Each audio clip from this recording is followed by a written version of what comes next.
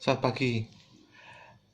Hari ini adalah materi training terakhir minggu keempat tentang seminar New Money Training for the Trainer.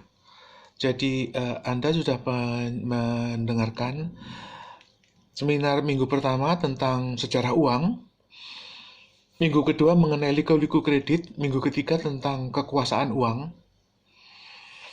Sekarang adalah ringkasan dari semua itu. Bagaimana kita bisa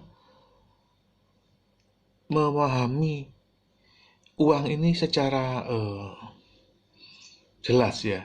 Saya tidak menyarankan Anda untuk semuanya suka uang atau doyan uang atau kemaru uang. Tidak, tidak. Tetapi kita harus punya pilihan bahwa ada orang yang bisa menjalankan hidupnya dengan mengendalikan uang. Kalau kita tidak bisa mengendalikan uang, kita akan tertindas olehnya. Jadi sudah 400 tahun itu kita tahu bahwa kita itu diberi rahasia. Rahasia tentang tabir uang. Tabir uang itu nggak pernah diceritakan oleh nenek-nenek kita karena nenek-nenek kita juga ditutup rahasia ini. Jadi mereka nggak diberitahu bahwa ada dunia uang yang orang sebut tuyul itu. Nah, sekarang kita mempelajari ilmu tuyul ini. Bukan saya mempelajari pesugihan ya, bukan. Ini manajemen tuyul, manajemen uang. Jadi, begini loh ya. Anda itu takut dengan uang. Takut dengan uang. Karena apa? Satu ya, di lingkungan bawah itu, uang itu sengaja dibuat langka. Sekarang kalau misalnya kita berpikir ya, kalau seluruh karyawan itu diberi uang semuanya ya, masing-masing 1 miliar ya, kenapa harus nunggu pensiun? Kenapa harus nunggu pensiun? Kenapa nggak sekarang aja? Bagaimana caranya kita bisa pensiun kalau kita nggak diberi uang duluan gitu loh. Dan kalau kita pensiun umur 58 ya, itu udah tinggal tulangnya aja, dagingnya udah nggak ada, kita udah loyo, encok, kelinu. Jadi kita nggak bisa menunggu tua baru kita mendapatkan uang. Kalau sudah tua, uang nggak ada gunanya. Kalau kita udah umur 80, kita juga nggak doyan uang, nggak doyan perempuan, nggak doyan makan. Kita sukanya obat diabetes sama obatnya asam urat.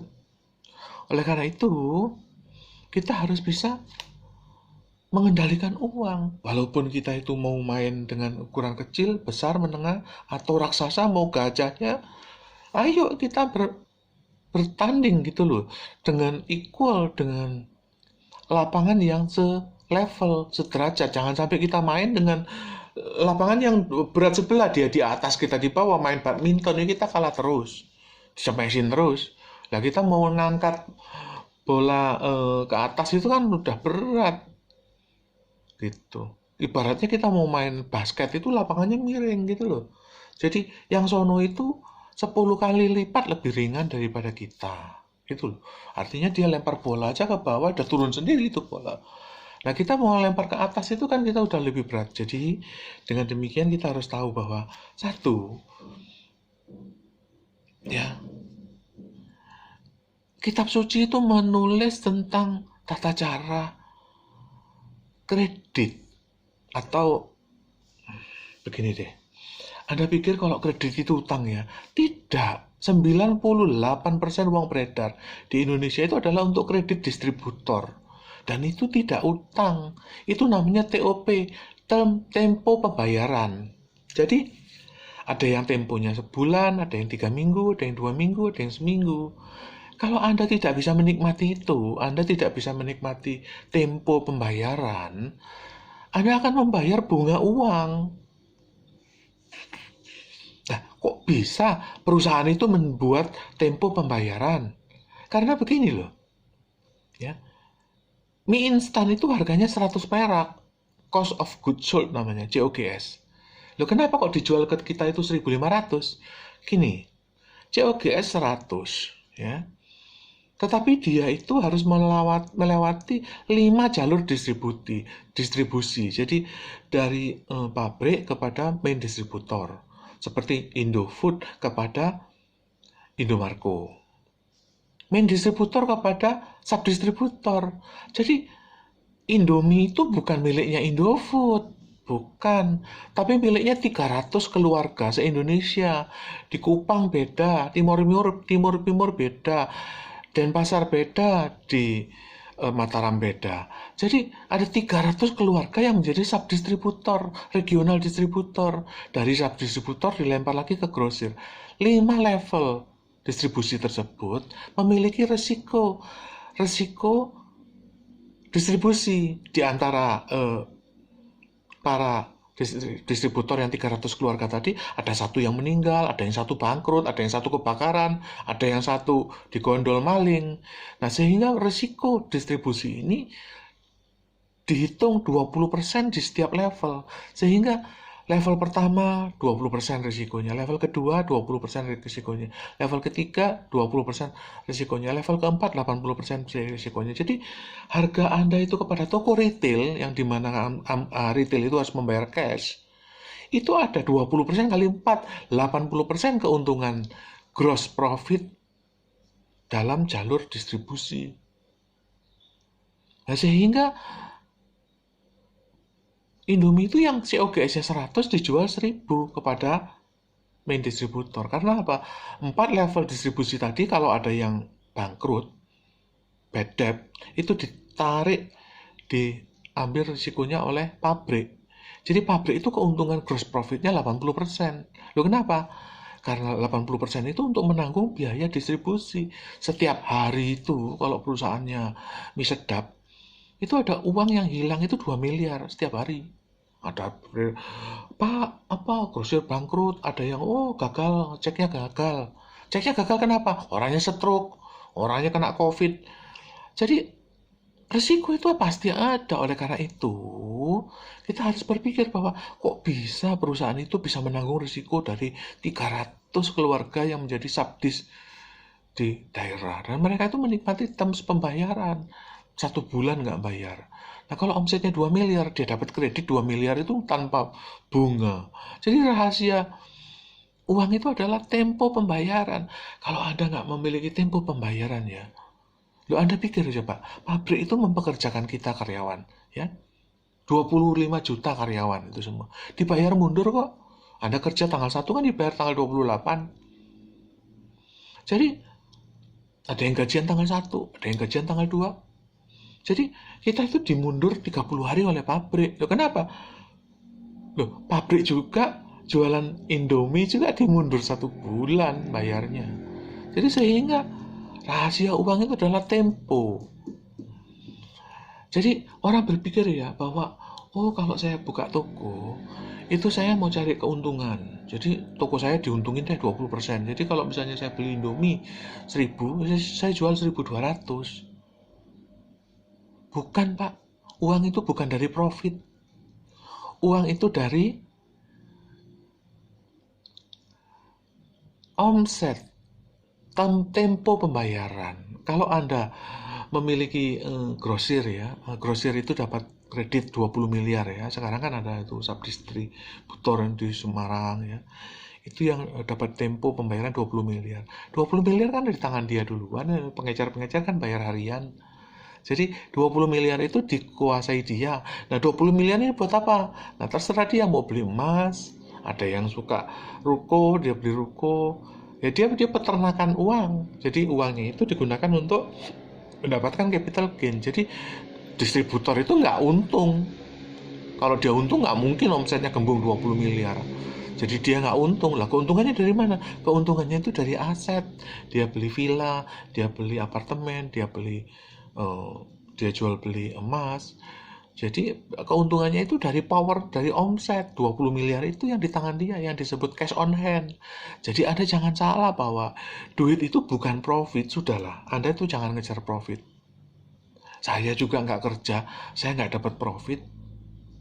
Kok bisa? Pak, saya membeli rumah itu ya 7 miliar. Harga price list di developer itu saya cek naik sendiri 1 miliar tiap tahun. Jadi bagaimana?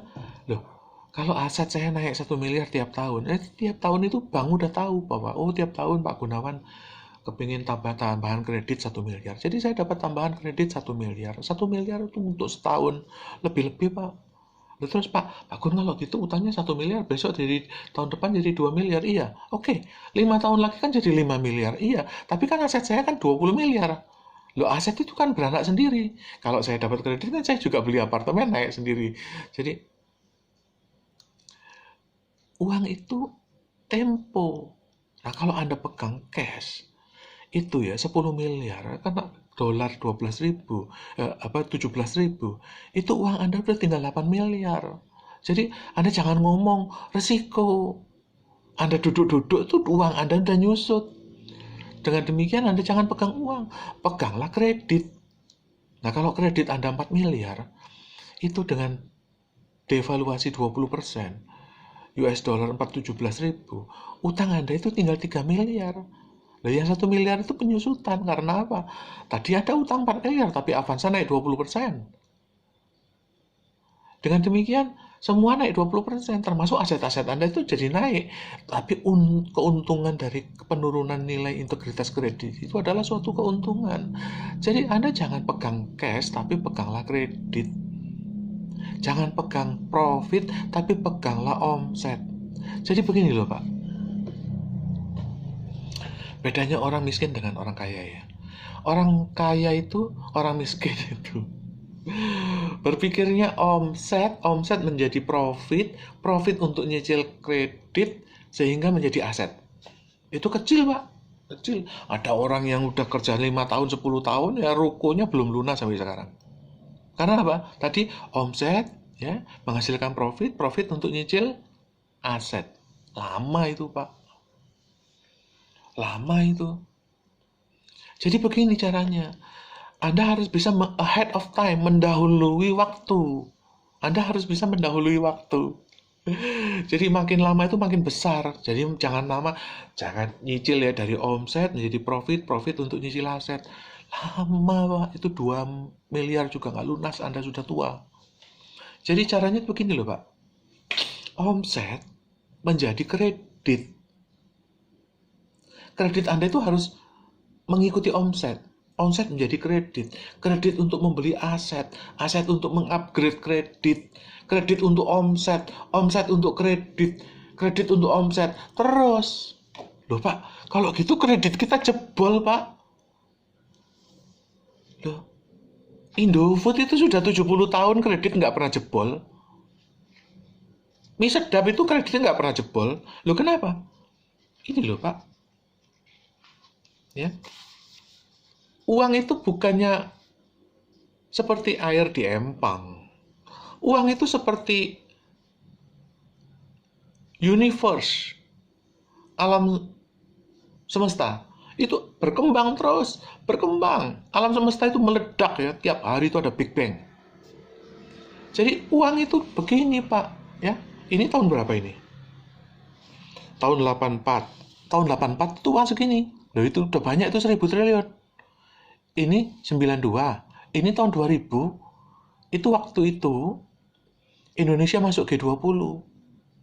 Tahun 2009 itu SBY ikut meeting G20. Jadi waktu itu tadinya pertemuan Menteri Keuangan G20, sekarang udah level presiden. SBY diundang meeting ke G20. Jadi sehingga sekarang itu uang itu Pak beranak Pak. Setiap hari itu beranak 2 triliun. Sekarang saya mau tanya Anda, ya, uang beredar sudah bertambah 5.000 triliun. Ya, Anda duduk-duduk, ya, bayi-bayi kita itu udah punya utang. Itu 5.000 triliun. Lah 5.000 kalau dibagi 300 juta, 5.000 triliun dibagi 300 juta. Jadi kan per orang itu udah utang berapa per kapita? Utang kita per kapita itu adalah sudah masing-masing udah punya utang 5 juta per orang. Anda mau pengojek, mau Anda tukang Grab, mau tukang bakmi, mau tukang spekulan Rusko, mau kamu pemilih Indomaret, itu udah rata-rata per kapita kita punya utang 5 juta per kepala. per kepala orang dewasa. Jadi, kalau misalnya Anda nggak mau utang, ya negara juga utang untuk Anda kok. Nah sekarang kalau misalnya negara utang atas nama Anda, atas nama rakyat, 5.000 triliun, dikasih ke siapa itu? Kalau Anda nggak ikut bagian.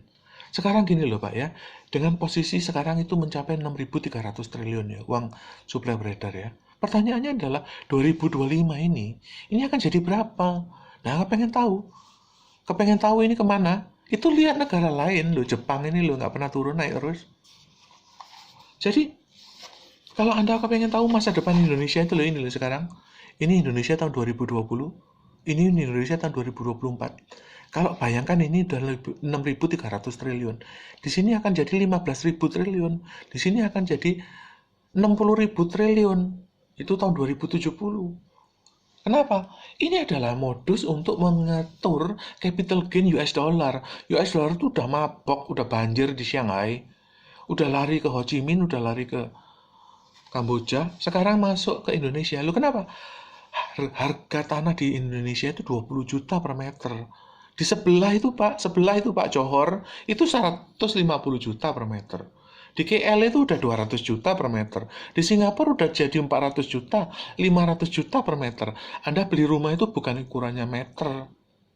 Anda ukurannya tuh tegel 30 kali 30 cm. Berapa tegel? Itu yang disebut square feet.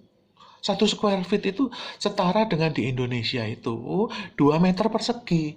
Jadi kalau misalnya Anda beli apartemen di Indonesia itu 30 juta, 20 juta deh 1 meter persegi ya. 30 juta 1 meter persegi. Ya, di sana itu dapatnya setengah square feet, setengah ubin. Itu 1 square feet itu udah jadi berapa? Udah jadi 30 juta. Kalau 1 meter persegi itu udah 300-400 juta rupiah. Dengan demikian ini mereka itu masuk ke Indonesia supaya apa? Mendapatkan kenaikan harga properti. Dari penaikan harga properti mereka dapatin capital gain. Nah kalau mereka masuk 10.000 rupiah, 10.000 triliun rupiah masuk ke Indonesia, ini kan bengkak semua harga-harga. Jadi Anda harus tahu bahwa uang itu bengkak, uang itu bertambah. Kalau Anda nggak mengambil kredit ya, sekarang itu ada satu developer yang mengambil kredit 1.000 triliun. Dari mana? Entahlah itu dari Donald Trump, entahlah itu dari Jack Ma, atau Tencent, atau dari Masayoshi Son. 1.000 triliun, Pak. Satu orang utang 1.000 triliun. Kalau utang Anda cuma 10 triliun ya, pengusaha yang top itu 10 triliun duitnya. Itu ketinggalan, Pak. Udah tinggal jadi 1% dibanding utangnya dia. Jadi hutang itu bukan lagi levelnya 1 miliar, enggak 1.000 triliun. Sehingga kalau Anda berbicara dengan konglomerat itu ya, begini loh, Anda berpikir kan, aduh Pak, ujungnya kemana sih Pak kalau saya utang 1 miliar, 2 miliar, 3 miliar, 4 miliar, ujungnya kemana? Ya ujungnya itu ya sampai Anda bisa dapat anak cucu. Gitu loh. Jadi kalau Anda pikir coba ayo, Eka Cipta meninggal, utangnya kemana? Utangnya ya kepada 200 bisnis usaha anak cucunya. Wings itu satu gedung itu kok bisa membuat usaha Yoshinoya, Kalbe Wings, Ramat Family Mart, terus sampai udah Gipsum, keramik, semen. Ini kan apa? Ya anak cucunya juga 200 orang. Jadi sehingga anak cucunya itu sudah kredit itu sudah tanpa jaminan. Sehingga jadi kalau kita berpikir ya Pak ya, gini loh. Anda kalau pengen tahu ya, Pak, di surga itu ada isinya apa Pak? Di surga itu ya kayak gini lah misalnya ya. Anda ketemu dengan orang yang nomor 70 ya, terkaya nomor top 70 ya katakanlah misalnya. Itu yang punya itu tuh apa itu televisi itu. Ya kan? Anda ketemu dia kan, wah duitnya 70 apa itu duitnya 10 triliun ya. Wah, galaknya setengah mati ya kan, istrinya 2. Jadi, Anda mau ngomong apa? Lah, begini loh. Ya. Anda lihat bahwa sekarang itu semua orang itu kekeringan likuiditas. Semua harga saham itu turun 20%. Nah sekarang, loh Pak, ya biarin aja Pak kalau turun semua 20%. Oh enggak. Masalahnya ada apa? Masalahnya itu ada yang pemain besar, grup Lipo, yang harga sahamnya naik 50%. Jadi kalau Anda turun 20%, dia naik 50%. Selisih Anda itu bisa double. Jadi dia jual sahamnya, lalu dia beli sahammu, dia tuh dapat itu keuntungan 2 kali lipat. Karena sekarang sebentar lagi Anda akan digoreng naik. Jadi bahaya kalau misalnya uang itu memiliki hukum relativitas energi. Jadi uang itu bukan masalah uang kamu 10 triliun terus kamu hidup di surga gitu. Enggak, yang 10 triliun itu digigit sama yang 70 triliun. Nah, sekarang Anda harus tahu bahwa bagaimana kamu bisa menjadi 70 triliun kalau kamu menabung ya. 1 bulan 1 triliun ya, 40 tahun lagi ya. Uang kamu tuh baru mencapai berapa? Gitu loh. Jadi kalau misalnya Anda bayangkan ya, posisi orang yang uangnya itu 70 triliun ya. 70 triliun itu berarti 70 kalau dibagi dengan 40 tahun ya.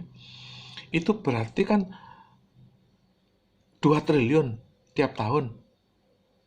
Anda dapat keuntungan 2 triliun tiap tahun 40 tahun. Itu baru mencapai 70 triliun.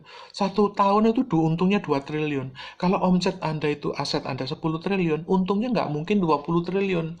Jadi kalau misalnya Anda mati pun Anda nggak akan jadi 70 triliun. Itu 40 tahun lagi saat Anda bangkotan yang jenggotnya segini. Jadi kalau misalnya 10 tahun lagi Anda mau mencapai 70 triliun, Anda harus bisa menggunakan ilmunya orang yang 70 triliun. Orang yang menggunakan ilmunya 70 triliun itu tidak seperti orang yang bisnisnya 10 triliun. Kalau Anda nggak ngerti ya, Anda nggak akan bisa mencapai usia umur 80, Anda akan mencapai kekayaan 60 triliun. Karena Anda nggak ngerti caranya. Jadi dengan demikian, kalau Anda ingin tahu ya, bagaimana caranya Anda ingin jadi kaya ya. Pak, saya nggak punya apa-apa, Pak. Loh ya kamu kan punya teman. Pak, saya mahasiswa, Pak. Loh, temanmu itu punya BMW. Sekarang itu semua orang yang kuliah itu ada yang punya mobil. Kalau zaman dulu saya naik sepeda motor semua. Miskin semua. Sekarang kan ada yang naik angkot, ada yang naik mobil. Jadi Anda harus bisa bersekutu. Sekarang kalau misalnya ada orang yang punya kaya, dia kan malas kerja. Itu cucunya grup Kompas tuh. Ya kan? Dia kan menghandle Gramedia.com. Dia juga nggak kerja, yang kerjakan temannya. Jadi Anda harus bisa bersekutu. Kalau misalnya tetangga Anda Pak Haji, Anda harus bisa bersekutu. Anda nggak punya jaminan, Pak Haji kan punya jaminan. Jadi Anda harus bisa naik kelas gitu loh. Jadi nggak bisa semua orang itu terus pasrah gitu ya. Terus Anda terus mau pasrah, terus aduh Tuhan itu sibuk loh menerima doa-doa Anda. Ya 200 juta semuanya mengeluh. Ya Tuhan pasti hubungi, kamu tuh tolong hubungi Pak Haji sebelah. Sehingga Anda itu bisa mendapatkan jaminan. Kalau jaminan Anda dapat kredit. Loh, kredit itu untuk apa? Kredit untuk di-up terus, di-up terus, di-up terus gitu loh. Jadi Anda harus tahu bahwa tekniknya bagaimana caranya membuat omset ini menjadi jaminan. Semua itu surat, Pak. Ada satu orang ya, saya tanya, ya, kamu omset berapa? Omset 2 miliar, Pak. Kredit kamu berapa? 500 juta. Loh, kredit 500 juta ini loh, kapan kita mau kaya? Anda nanti 10 tahun lagi lunas juga dapat 500 juta. Jadi sehingga saya tanya, kamu harus punya kredit yang bisa 2 miliar. Loh Pak, bagaimana caranya kredit 2 miliar? Wong aset saya itu cuma 500 juta. Loh bisa. Ternyata apa? Kamu tahu nggak, kamu punya supplier itu siapa aja? Ya, tolong kamu bikin kumpulan surat yang namanya TOP. Kamu punya TOP itu berapa? Terms of Credit dari prinsipal. Dikumpulin Pak 4 prinsipal. Dikumpulin ternyata dia dapat surat terms of pembayaran itu, dia dapat utang kredit dari prinsipal itu 3 miliar. 3 miliar surat utang dari surat TOP dari prinsipal itu dikumpulin 4 surat, akhirnya menjadi apa? Kredit 2 miliar. Nah, kalau kredit itu 2 miliar, dia kan punya cash. Yang tadinya untuk melunasi rumah dia yang 500 juta itu, akhirnya dia dapat cash 1,5 miliar. Itu yang dijadikan untuk aset. Asetnya naik, ya kan? Omsetnya naik. Jadi dia nggak usah cari keuntungan dari omset. Yang penting omsetnya naik, dia dapat kredit. Omsetnya naik, dapat kredit. Omsetnya naik, dapat kredit. Jadi kita tuh salah lihat selama ini, bahwa coba Anda perhatikan ya. Direktur itu memaksa profit, profit, profit, profit, profit. Dia di level direktur, di level owner tuh nggak pernah mikirin profit. Profit itu kan untuk operasional. Dia memikirkan apa? Aset. Tiap bulan dia beli ruko. Yang penting adalah omsetnya cukup untuk mencicil ruko. Lalu rukonya kan jadi 10. Itu yang dilakukan oleh depo bangunan, dapur coklat, semuanya. McDonald. Jadi McDonald itu begini caranya.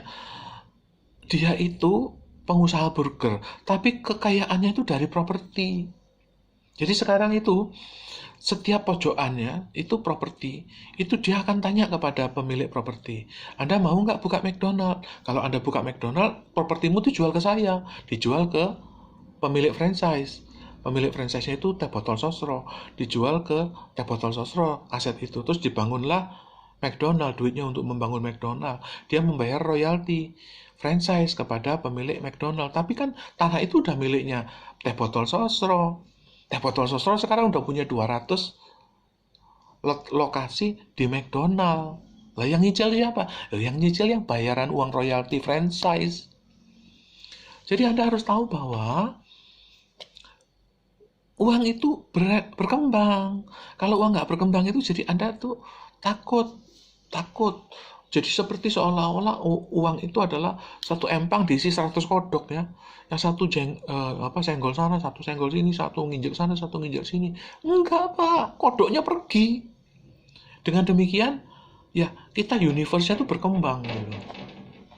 Jadi Anda harus berpikir bahwa dalam surat kitab suci ya, Al-Baqarah, itu ada tertulis, Pak, satu ayat yang menyebutkan bahwa pada saat Anda itu ada perjanjian kredit ya, perjanjian yang tidak tunai, itu ada 2 syaratnya, hanya 2. 1, Anda harus mencatat, tertulis itu, tercatat, jadi ada akad. Akad itu termasuk juga ada jaminan. Jaminan itu apa? Nah, nanti ya kita pelajari ya. Yang kedua tuh ada walinya, ada saksinya, ada walinya. Jadi Anda tuh harus butuh partner. Contohnya misalnya begini deh ya, satu kampung miskin semua, tapi kan ada walinya, ada kepala desa. Jadi kepala desa ini sebagai wali. Pada waktu masuk ke kredit ke bank itu, ini loh ada penjamin, ini kepala desa. Jadi kepala desa. Sekarang gini loh, kenapa kepala desa nggak bisa utang sendiri? Nggak bisa, Pak, yang kerja itu kan rakyat. Nggak bisa. Anda coba mau nanam singkong juga nggak jadi kalau sendiri. Anda mau nanam apa? Zaitun juga nggak jadi kalau sendiri.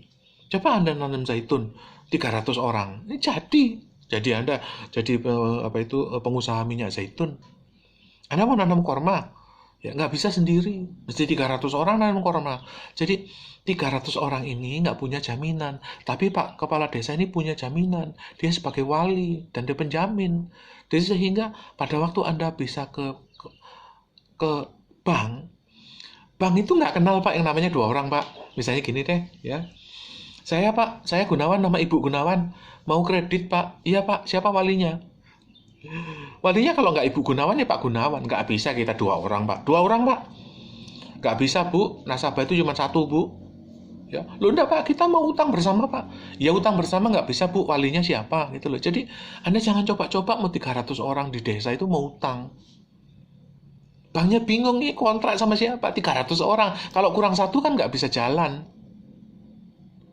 Jadi harus ada wali, nomine namanya, nomine. Itu loh. Biarpun Lim Siu Leong itu juga nggak kredit atas nama Lim Siu Leong. Ya ada nomine. Ini loh Pak, saya kredit Lim Siu Leong. Ini atas nama anak saya, ini atas nama menantu saya, ini atas nama cucu saya. Dan itu yang menanggung itu ya walinya itu, tapi atas nama nomine orang lain. Jadi Anda harus tahu bahwa sifat uang itu adalah kredit, karena sekarang itu begini loh Pak, ya Anda nggak tahu ya uang Soekarno merah itu, ya yang gambar Soekarno Hatta itu kapan bayarnya, ya kan? Itu kan adalah sebetulnya sama dengan uang kredit. Uang kredit itu juga kita nggak nanya kapan bayarnya. Itu adalah jumlah suplai uang beredar. Itu adalah uang giral. Jadi sehingga Anda harus yakin bahwa uang itu sekarang berubah. Uang bukan tunai, tapi uang giral. Uang giral itu uang kredit. Kalau Anda nggak yakin, Anda nggak tahu ini semua. Ya, loh Pak, tahun 2012 kita pengetatan kredit Pak, pengetatan likuiditas. Bunga naik jadi 20%. Itu kan dulu Pak, dulu Pak. Ya kan Pak? Kalau kita ngomong dulu juga saya digebukin sama istri saya. Oh, kita masih muda kok. Kita kepengen itu, kepengen ini, kepengen itu, kepengen ini. Sekarang mana ada gebuk-gebukan, Pak? Orang kita udah semua mau beli kuburan, udah mau siapan untuk mati. Jadi kita tuh udah nggak gebuk-gebukan. Artinya sudahlah, nggak usah ngomong masa lalu. Nah, sekarang kita ngomong yang sekarang. Tahun 2020 itu ya, Sri Mulyani menerbitkan bond 60 triliun, itu dia kredit. Makanya Sri Mulyani itu nggak bisa memberikan BLT banyak-banyak. Karena itu uang kredit, uangnya berbunga. Dengan demikian, ya kita harus belajar bahwa sekarang itu uang itu udah diganti coret namanya. Jadi kredit. Jadi sehingga kalau Anda itu alergi kredit ya, takut dengan kredit, trauma dengan kredit, ya itu persis dengan Anda itu digebukin istrimu.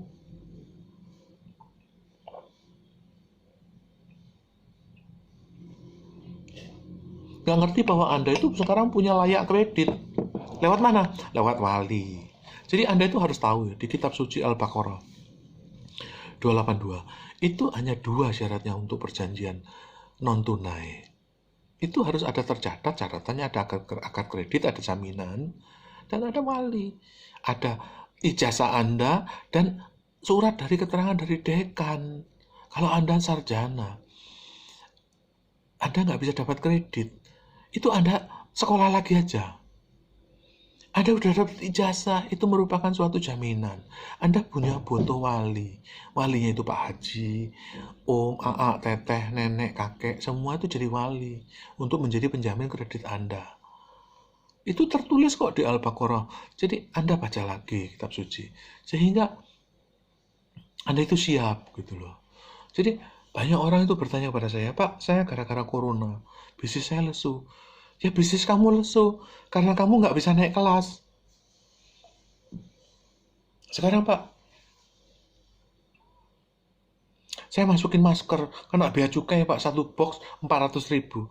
Ya gimana mau dagang kalau anak masukin 1 box aja bea cukainya 400.000 harga. Maskernya mau dijual berapa? 1 juta. Nggak mungkin. Jadi sehingga Anda harus berpikir bahwa ada orang yang bisa mendapatkan bebas bea cukai karena itu sudah jadi masuk undang-undang darurat bencana.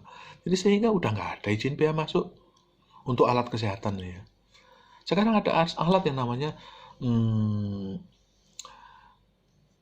sensing self namanya. Itu alat untuk detektor rapid test untuk mengetes kita COVID atau enggak. Harganya cuma $10. $10 kan 160.000. Kalau Anda jual misalnya 300.000 juga udah untung-untung. Jadi kenapa nggak bisa masuk? Ya karena belum ada izin edar, karena belum ada bea cukai. Itu semua udah nggak ada Pak. Itu sekarang itu udah undang-undang bencana darurat. Jadi udah nggak ada undang-undang izin edar, terus undang-undang bea cukai. Udah nggak ada.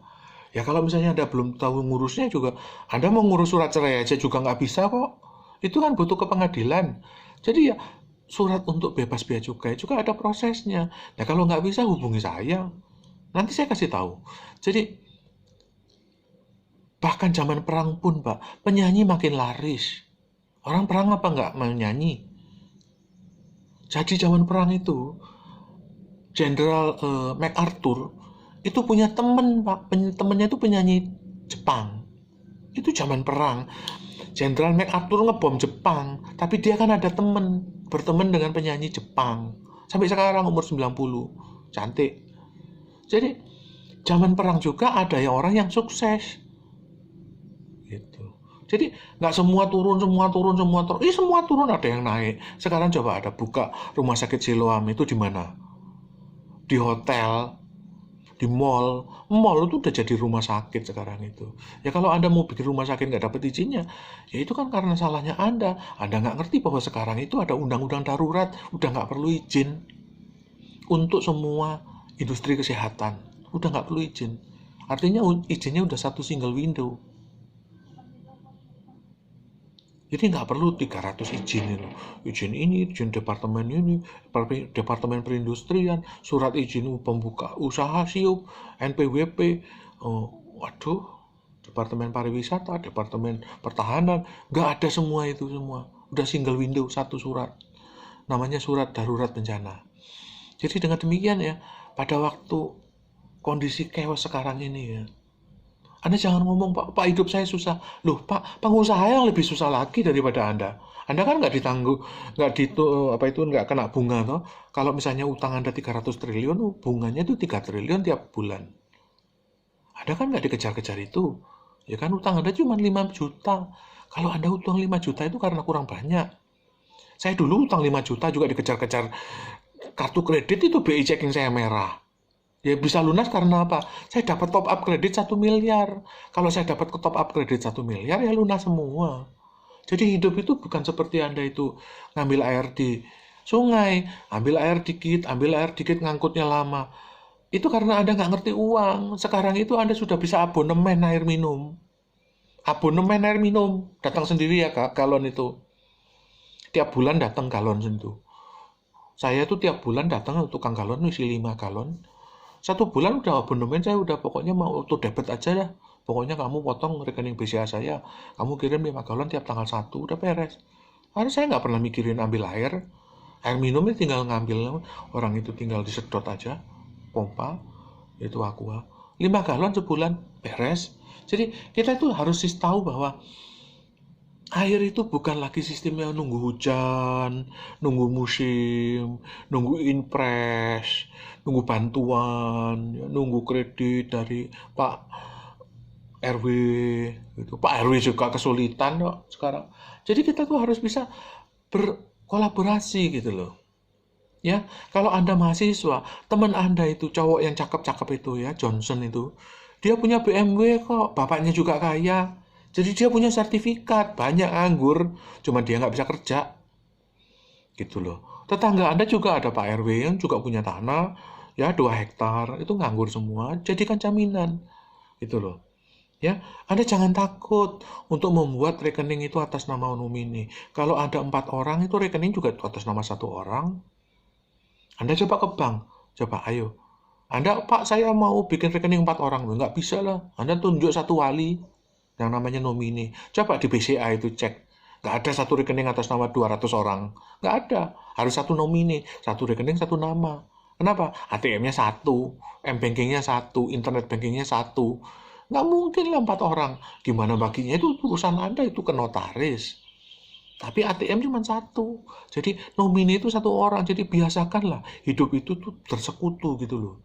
Ya, saya sendiri juga nggak punya rekening kok. Saya usaha tuh rekening kelompok kok. Kalau nggak rekening kelompok, bagaimana saya dipercaya? Saya itu ketemu developer, saya tanya, loh Pak, saya bisa begini-begini. Siapa yang jamin Anda? Anda perorangan? Iya, nggak bisa kita nggak deal dengan perorangan. Loh kenapa kok harus kelompok? Loh iya, siapa yang menjamin Anda itu siapa? Kembali lagi itu loh ke ayat Al-Baqarah 282. Wali Anda itu siapa? Kalau nggak ada walinya ya. Makanya kenapa kok semua proyek-proyek itu harus PT? Karena PT itu adalah kumpulan 4 orang. Karena ada penjaminnya kalau satu beling, yang 3 yang nanggung. Satu bangkrut, yang 3 yang nanggung. Jadi sehingga ini kuat. Seperti bangku itu ya, kakinya 4. Kalau bangku kakinya 1 itu repot, miring-miring terus. Jadi Anda tuh nggak bisa mandiri karena Anda tuh nggak punya wali. Jadi Anda nggak baca dulu Al-Baqarah 282. Jadi sehingga itu semua itu udah diajarkan oleh Nabi. Nggak ada lagi yang baru di dunia ini. Ya, jadi zaman Nabi juga udah diajarkan caranya begitu. Harus tercatat, tertulis ya. Kalau apa-apa itu kredit itu tertulis gitu loh. Jadi kamu tuh punya akad kredit, makanya ke notaris. Kedua, Anda harus punya wali. Itu kalau nggak punya wali, aduh Pak.